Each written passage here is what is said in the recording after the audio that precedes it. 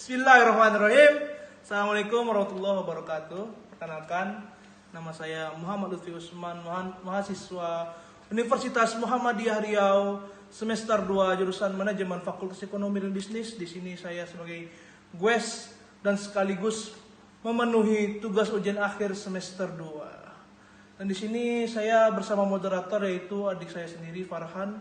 Jadi tanpa basa-basi langsung kita cus ke acaranya. Baik, sudah siap? Boleh. Sebentar saya mau review. Oke, dah. Ayo. Baik, pertanyaan pertama. Siapa pencipta teori Keynes dan apa yang dijelaskan di teori tersebut? Teori Keynes sendiri itu diciptakan oleh Keynes sendiri yang bernama John Maynard Keynes dan diciptakan pada abad 20. Teori ini mempromosikan suatu ekonomi campuran baik di negara maupun sektor swasta memegang peranan penting kebangkitan ekonomi Keynesianisme atau ekonomi laissez-faire. Oke, next pertanyaan kedua. Baik, pertanyaan kedua. Apa pendapat Keynes tentang teori tersebut? Keynes berpendapat bahwa kebijakan pemerintah dapat digunakan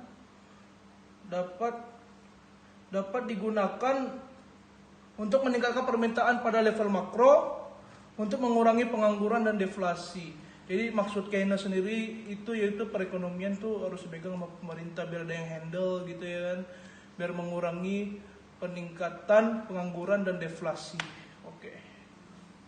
Oke. Pertanyaan ketiga.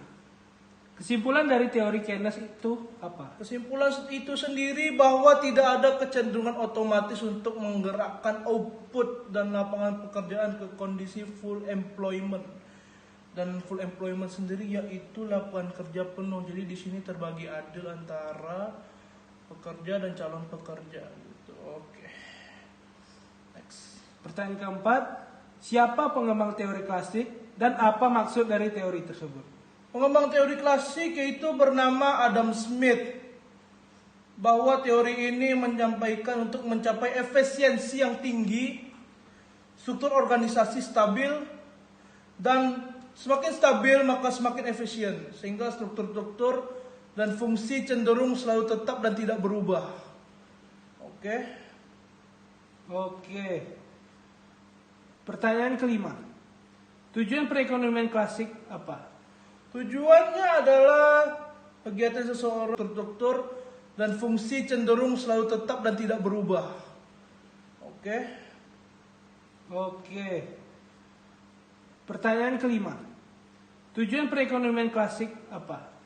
Tujuannya adalah kegiatan seseorang itu bertujuan untuk menguntungkan pribadi, sebaiknya juga memiliki efek yang baik untuk masyarakat secara umum. Jadi di sini emang agak egois sih teorinya. Jadi itu ke pasar dulu gitu, ke penjual dulu dan tidak langsung ke masyarakat umum. Walau tidak secara langsung itu juga dampak ke masyarakat itu sendiri. Oke, next pertanyaan.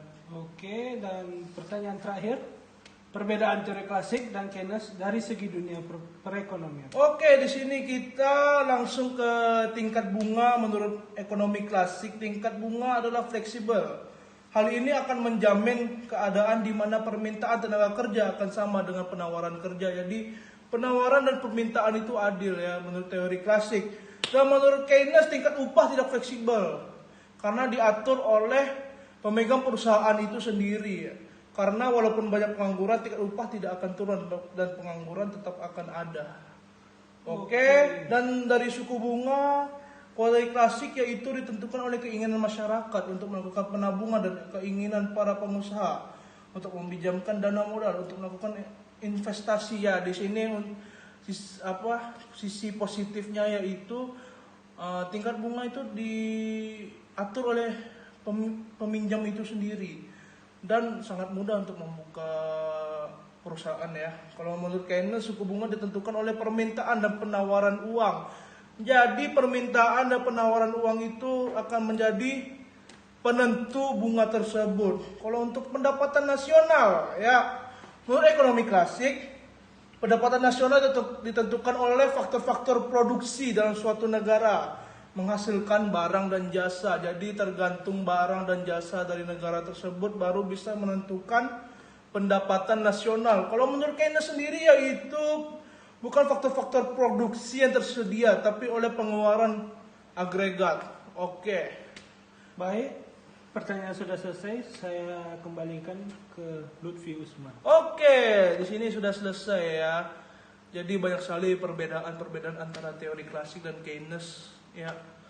Mungkin kalau saya banyak salah mohon maaf. Apabila dikoreksi silakan komentar di kolom komentar. Apabila ada yang dikoreksi gitu ya.